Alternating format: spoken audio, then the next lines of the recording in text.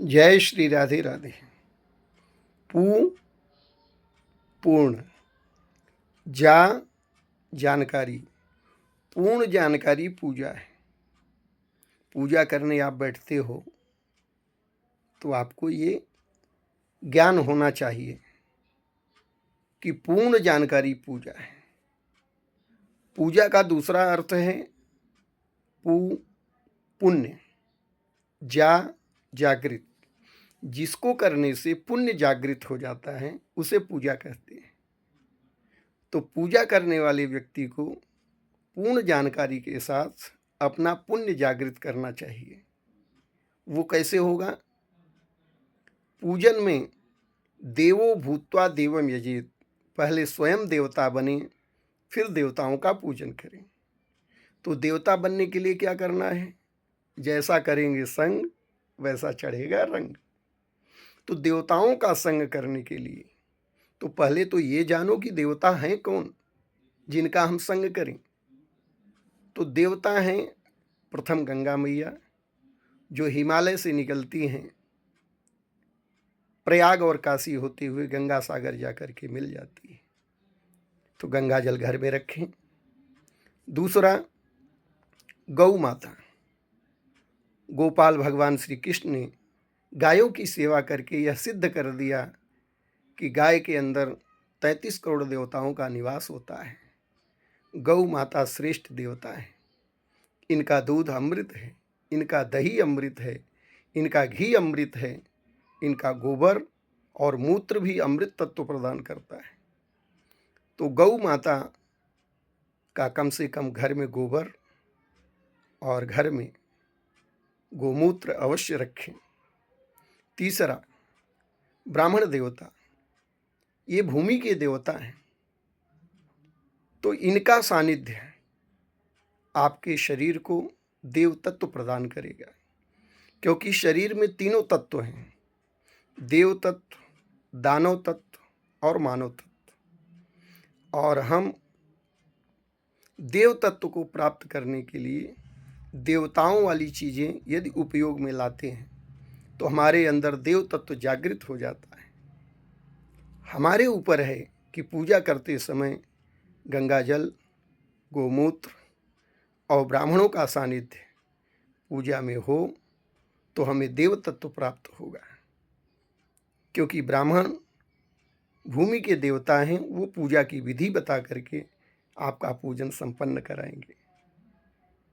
क्योंकि ब्राह्मण का जो मंत्र है, मनांसि त्रायते इति मंत्र है, जो मन की रक्षा करता है। गोमूत्र आपके अंतःकरण की रक्षा करता है और गंगा जल आपके तन की रक्षा करता है। तो मनसा वाचा कर्मणा, जो शरीर से पाप हुए हैं उन पापों को नष्ट करने के लिए गंगा माँ तन का पाप नष्ट करेंगी, गौ माता अंतःकरण के पाप को नष्ट करेंगी और ब्राह्मण देवता मंत्रों के माध्यम से आपके मन का पाप नष्ट करेंगे। जब तीनों निर्मल होंगे तो आपके अंदर देव तत्व आएगा और पूजा के योग्य बनेगी। तो पूजा की योग्यता प्राप्त करने के लिए तीनों का सेवन जरूरी है। इसलिए केशवाय नमः, ओम माधवाय नमः, ओम नारायणाय नमः ऐसा मंत्र बोल करके भगवान को स्मरण करके आचमन कर लेने से मन, वाणी और कर्म तीनों पवित्र हो जाते हैं। क्योंकि निर्मल मन जन सो मोहि पावा, मोहि कपट छल छिद्र न भावा। भगवान कहते हैं, गोस्वामी बाबा रामचरितमानस में लिखते हैं कि जो निर्मल व्यक्ति है वही मुझे प्राप्त कर सकता है।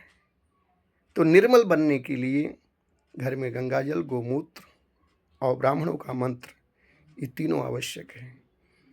तो इन मंत्रों से शरीर को पवित्र करके फिर पवित्री धारण करते हैं, भाल में तिलक धारण करते हैं, शिखा बंधन करके यज्ञोपवीत धारण करके वेद मंत्रों का श्रवण करते हैं।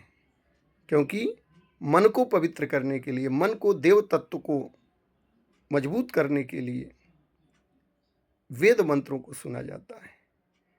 वेद मंत्र सुनने से देव तत्व जागृत हो जाता है। तो ओम भद्रं कर्णैभिः शृणुयाम देवा भद्रं पश्ये, ये जो वैदिक मंत्र हैं ऋग्वेद के। इन शुक्ल यजुर्वेद के मंत्रों के माध्यम से हमारा शरीर देव तत्व को प्राप्त हो जाता है। ये 4 वेद हैं, शुक्ल वेद, ऋग्वेद, यजुर्वेद, सामवेद, अथर्ववेद। पहला है ऋग्वेद।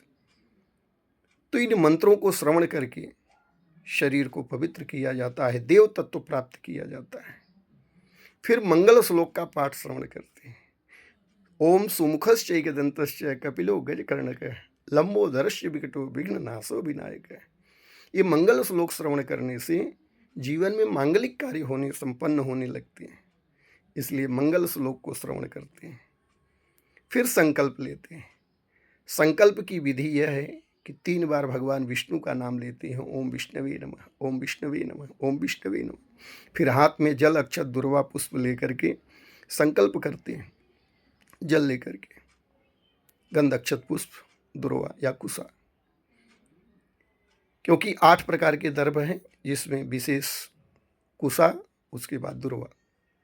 तो संकल्प के समय अपना नाम गोत्र उच्चारण करके जिस देवता के निमित्त पूजन कर रहे हैं उन देवता का नाम लेकर के संकल्प लेते हैं। हमें ये पूजा करनी है और इसलिए करनी है, इस जगह पे कर रहा हूँ, सब व्यवस्थित संकल्प में बोल दिया जाता है। तो ये पूजा की विधि है।